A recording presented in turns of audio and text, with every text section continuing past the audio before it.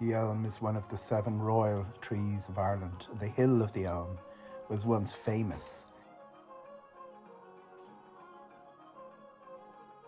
But thanks to businessman Barry O'Callaghan, it is now becoming well known once more.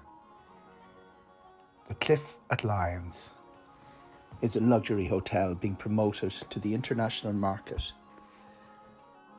2 Michelin stars for Jordan Bailey's Aimshire restaurant, secured at the first attempt. The fabric of the buildings date from the 1820s, and the restoration was based around this Dove Cottage because it had fallen into ruin.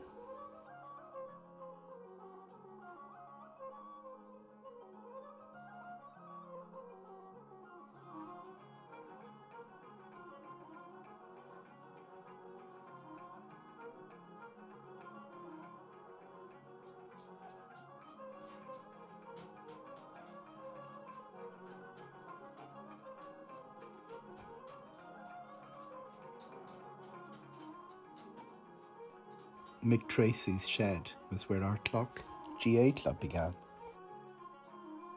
The mill race had also fallen into ruin and it was restored. The 13th lock on the Grand Canal is a double lock, so the water flowing from the higher point in the canal was used to propel a mill run by the relatives of Ernest Shackleton, the Antarctic explorer.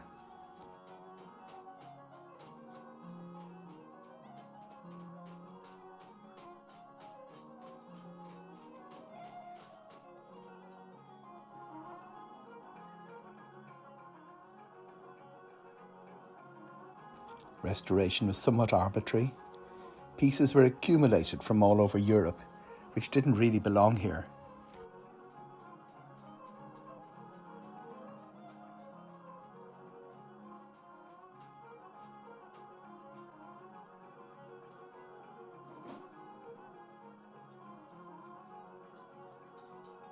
Where is the Hill of Lyons? Part of it's in County Kildare and part of it is in County Dublin. It was translated as Grey Hill in the Ordnance Survey of 1837. And Lyons is important for the Ordnance Survey. It's one of the most important trig points for mapping the Irish countryside. The name more properly comes from the elm.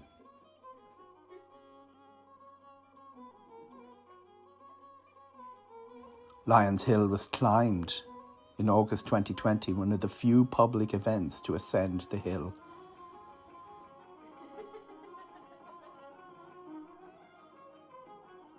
A heritage walk from 2017.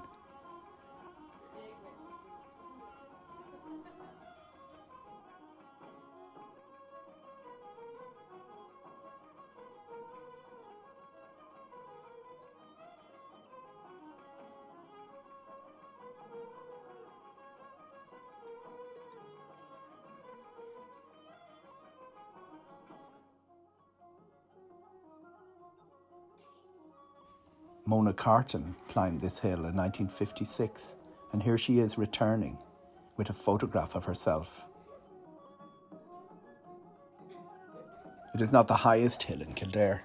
Cupidstown, which also has a trig point, is the highest. Nearby Windmill Hill and Allen, in the centre of the county, are also higher.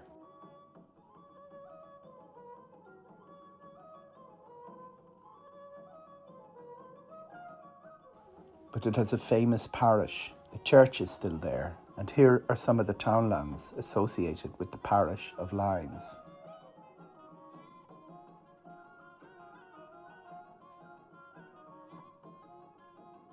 The medieval parishes of North Kildare,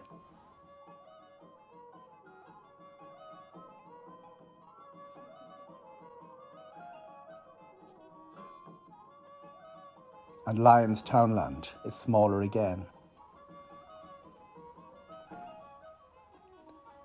The house was constructed from the 1790s and by 1804 had taken much of its present shape. It too has been restored with formal gardens and no early painting of the exterior shows none of the wings.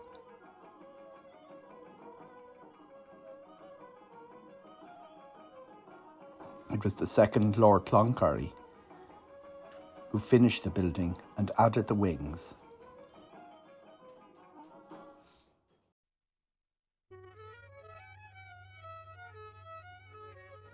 And also added artwork.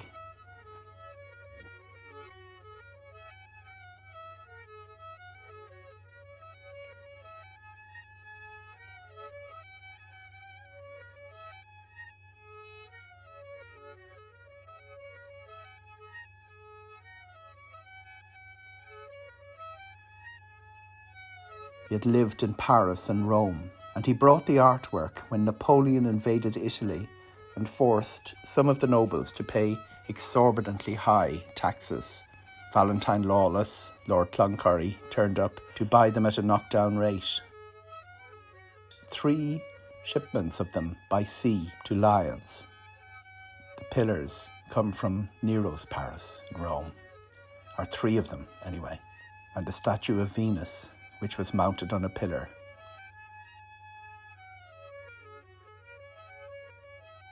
A 4th ship carrying artwork sank off Wicklow. It was found in 1986, but a dive yielded nothing. The artificial lake is the largest in Ireland.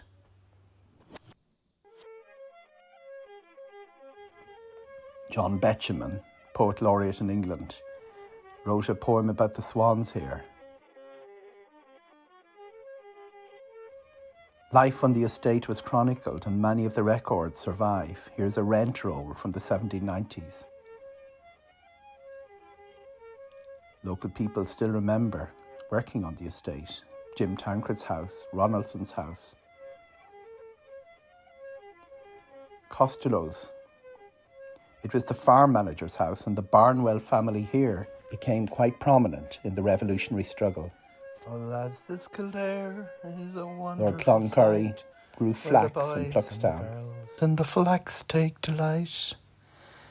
We have worked at it morning and evening. And this as was a well. ballad written to celebrate the flax harvest. And now that it's finished, the tale we all tell.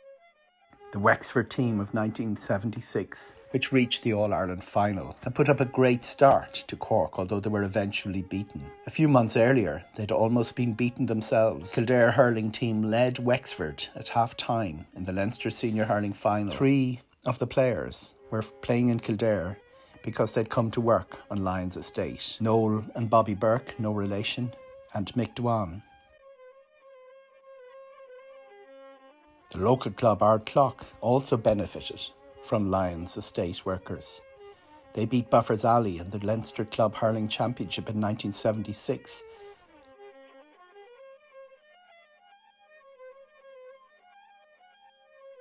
And Lyons Estate had a team of their own which went all the way to the Leinster final in the Interfirms Championship. There has been a revival of interest in Ireland's royal sites thanks to a UNESCO heritage application. One of them is in County Kildare, Knockallen. But Lyons became a royal site in its own right. Between the 700s and 1014, it was part-time capital of Leinster. The evidence can still be found, ditches and pits. Ferris response, and there's something under the soil relating its famous history. There are bountiful references to Lyons in the heroic literature. Féilear Aongusaí, Aglaimh na Stonóracha, Díal an Dána, Lár na Cart.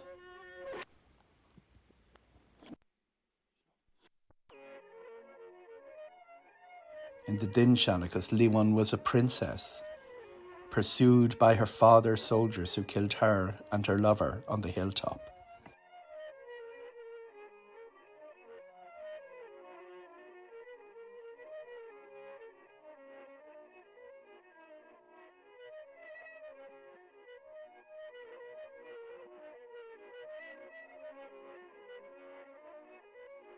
In Aglaimh na Stonóracha, in the Book of Leinster, Patrick is told by A. Macachach Letterg that he was playing hurling on the Hill of Lions and kidnapped by the fairies, where he was held for 3 years.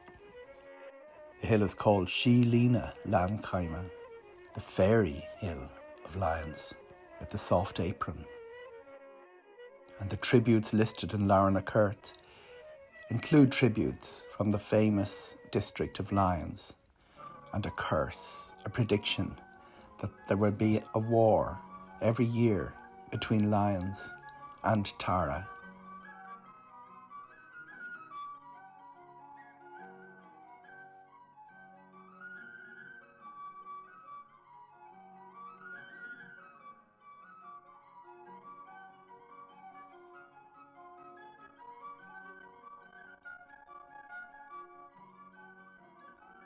And in the calendar rolls the many spellings of lions, 7 centuries of tax returns and grants.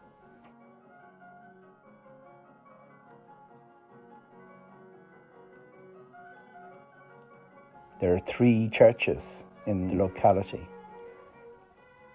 2 are on Lyons itself, the beautiful angels, signifying how important this church was in the 1300s.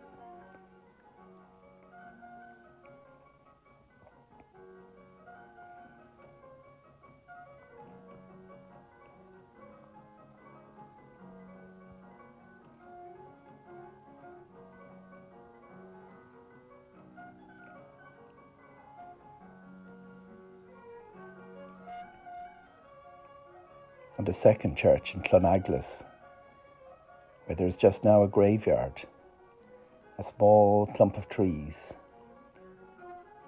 to the right. Again in the calendar rolls, inquisitions and lawsuits.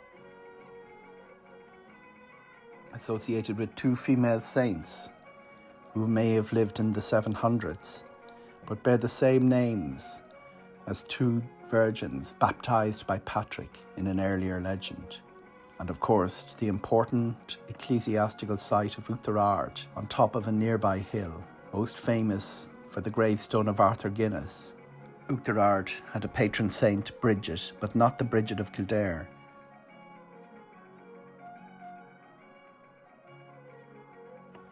It has a round tower.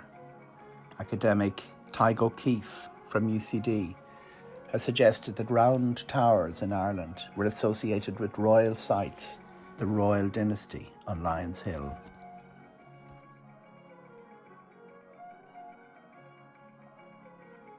Remarkably, only 5 dynasties have been associated with Lyons since the Viking Age. For a time, it was capital of Leinster.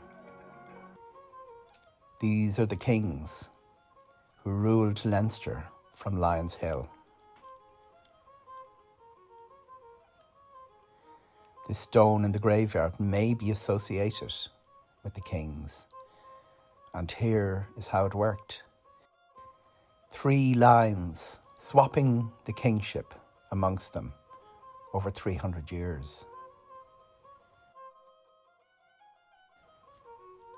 The remains of a fort on Lyons Hill.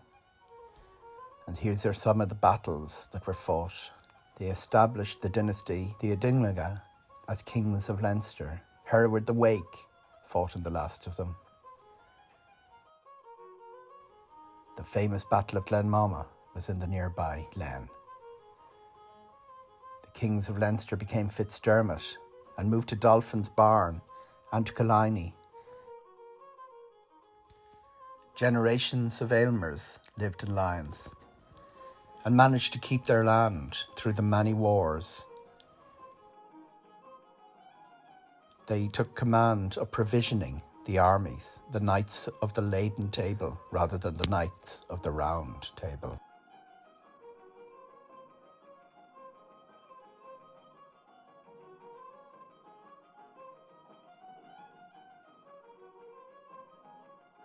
Mary Aylmer and Michael Aylmer, who gambled his heritage away,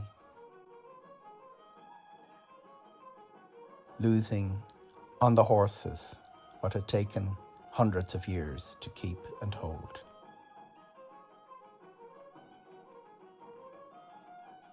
The castle at Lyons was the home of the Aylmers.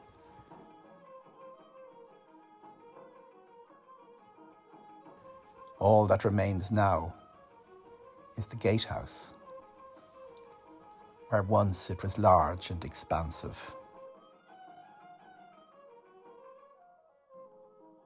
Simon Harcourt burned it in 1642. His papers talk of the wine cups, the silver, that he took from the castle.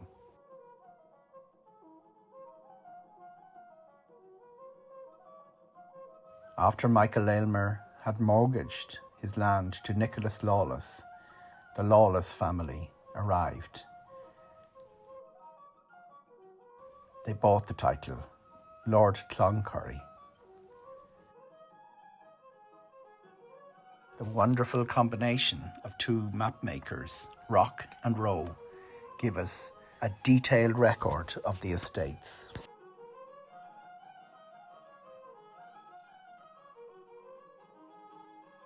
And this is the most famous of the Lawless dynasty.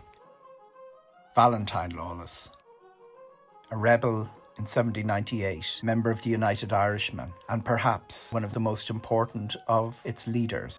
He was imprisoned twice in the Tower of London, but escaped with his life.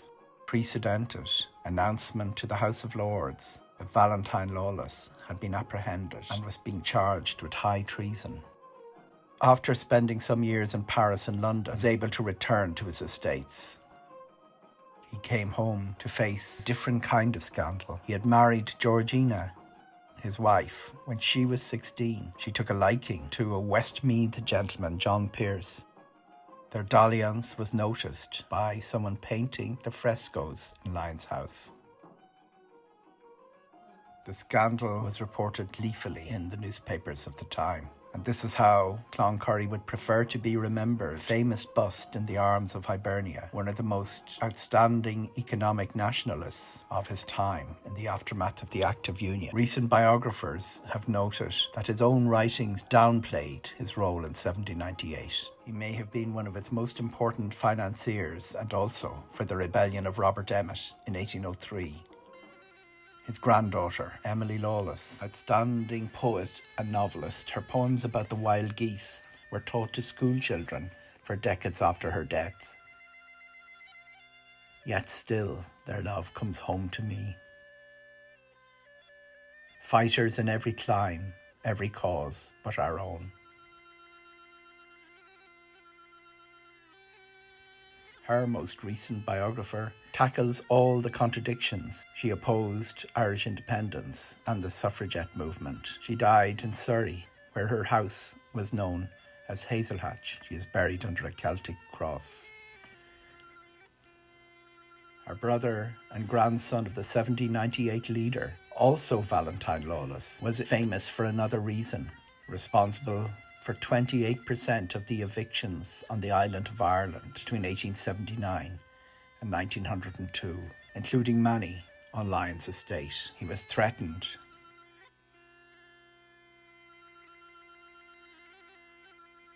And he's remembered today for the straight road he built to Hazelhatch Station, known as the Lord's Road. This is his death notice, and his brother died a year later, leaving the title extinct. Many of the houses of the estate can still be identified where tenants lived.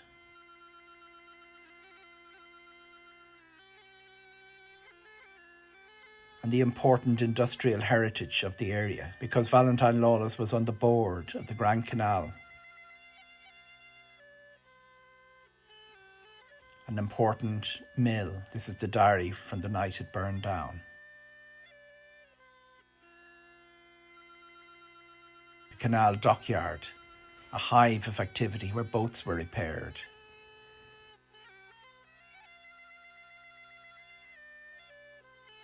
There was a hotel for passengers travelling from Dublin to stay overnight. These are some of the Lawless family photographs, where they gathered at Lyons and in their city house in Maritimo and Blackrock. The Shackleton sisters, and the interior of the house in lawless times. The Cloncurries today resting. Kathleen was the last of them to die. And across, on the other side of the world, a legacy of the Cloncurries. The Burke Wills expedition, where Burke was a cousin of Lady Cloncurry. He named a river and what later became a town after her. Tony Ryan was a big fan of the famous Tipperary novel Knocknagow. Matt the Trasher, the hero of the novel, Tony Ryan named his pub in Tipperary after him.